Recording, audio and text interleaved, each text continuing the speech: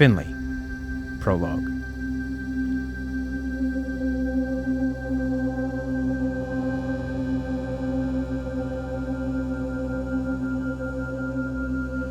From its beginnings in the Holy Lands, on the shores of the Red Sea, the center of the world's power has moved consistently and steadily west. From Jerusalem, the world's capital, migrated west to Rome, where it remained for the time of Caesar and his successors.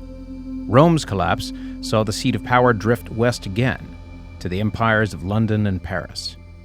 Europe's decline was accompanied by the rise of a great new power, to its west, in the United States. The American era was explosive but finite, and the world's center of power traveled west yet again, to the great population centers of Asia. Beijing and Calcutta served as the predominant cities of the 21st century, a period of astonishing technological achievement known as the Asian Age.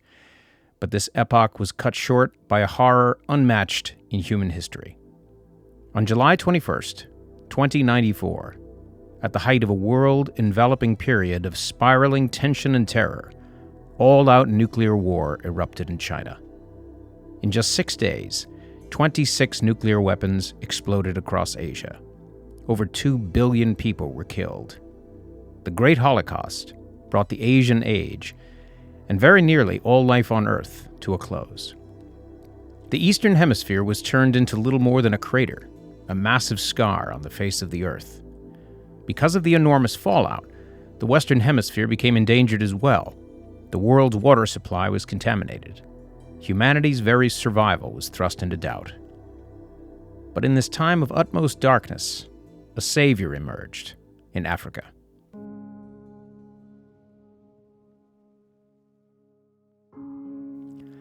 In a small laboratory in Soweto, just outside Johannesburg, a 41-year-old botanist named Dr. Everett FINLAY invented a filtering machine capable of purifying the irradiated water. He literally ran to his local reservoir with his device. Miraculously, it worked. Copies of FINLAY's invention were quickly shipped to the reservoirs around the world. Mankind's extinction was staved off. FINLAY spent the next 5 years traveling the world's reservoirs, refining his machine, and meeting the people whose lives he had saved. At each new city, he was greeted by thousands of grateful followers. He was friendly and open with them, talking for hours on end, deep into the night, often camping out by the reservoirs under the stars. The conversations were not merely about science. FINLAY was something of a lay philosopher, with a brilliant mind and a generous spirit. In a time when almost everyone he came across was deeply traumatized by the Great Holocaust, FINLAY was an optimist, a beacon.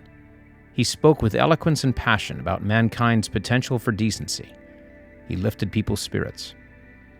The word quickly spread about FINLAY, and it was not long before he started to become known as a prophet. When he left each city, his work sites at the reservoirs were preserved as shrines. Thousands of people would return to the shrines day after day, discussing and dissecting the prophet's words and beliefs, tenuously strengthening their delicate, emerging hope. Thus was the practice of FINLAYism born. Some called FINLAYism a religion, but one that revered science instead of rivaling it. FINLAYism had no god. FINLAY himself was agnostic. The bedrock of FINLAYism was its dedication to nonviolence. Everett FINLAY was passionate about maintaining a worldwide, permanent peace. He spoke eloquently about the opportunity that this singular moment in history provided, the aftermath of the Great Holocaust. He swore that the human species had a unique opportunity right now to change its behavior and fate and to step off the path towards self-annihilation. FINLAYism was quickly adopted by every culture and tribe around the world. Those people closest to the prophet, his most learned and devout followers, grew to become the FINLAYite high priests and apostles. All FINLAYite clergy were scientists, physicians, professors, and chemical engineers. The most brilliant and influential among them rose to become the FINLAYite bishops and archbishops. The worlds and minds of music, art, and architecture flowered in the light of FINLAYism as well. The music of this period remains, even today, the most popular burst of original music ever written and performed. Yanu music, short for Orin Iyanu, Yoruban for the music of the miracle, is nearly inescapable today. The culinary trends that grew out of this moment when millions camped out by the reservoirs, sharing their meals and recipes with one another. The shared spices and foods of this period remain sacred dietary staples today. And of course, the physical shrines themselves, developed ecstatically by the twin powers of architecture and near-limitless philanthropy, vaulted into the magnificent Finlayite temples, a series of structures which remain the most awe-inspiring buildings in every city and township around the world. Towards the end of his life, Everett Finlay was quite easily the most influential man on earth. As his inevitable passing approached, an unease crept over the world, as humankind contemplated a life without their prophet. Finlay knew this. 3 months before he died, he issued a statement. 8 words that have come to be known simply as the One Law. There must be no such thing as war, he said. Finlay asked all nations to completely and publicly disarm while he still lived, to dismantle their nuclear and conventional weapons, to permanently dissolve their armies, to begin a worldwide permanent peace. As the 94-year-old Everett Finlay was laying on his deathbed, an unprecedented global vigil began. Never before had all of humanity given such singular focus to one event and one purpose. A spiritual ark was being built, a single path forward for the entire species, down which all mankind must walk. Every surviving nation sent a representative to Cairo.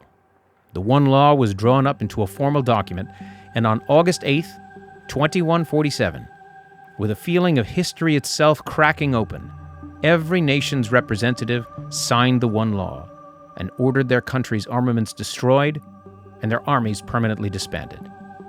Thus did the Great Peace begin. With the world resolved in holy unity, the prophet began to release his grip on his earthly body. For 9 full days following the One Law's consecration, all of humanity's breath rose and fell as one, as they awaited their prophet's ascent. On August 17th, just 2 days before his final passage, the prophet issued one last recommendation. He suggested, and many Orthodox today still refer to it as the suggestion, that a monarch be appointed whose sole function would be to manage and adjudicate the One Law. As the prophet described it, this queen or king would be tasked with resolving all irreconcilable disputes between leaders. This monarch, said the prophet, must have absolute sovereignty. Their judgments must not be subject to protest or emendation. They must be obeyed and adhered to by all citizens, nations, tribes, and leaders, to the letter, and without exception. Finlay suggested the first monarch himself. He recommended the Argentine diplomat Carime Ortega Navarro.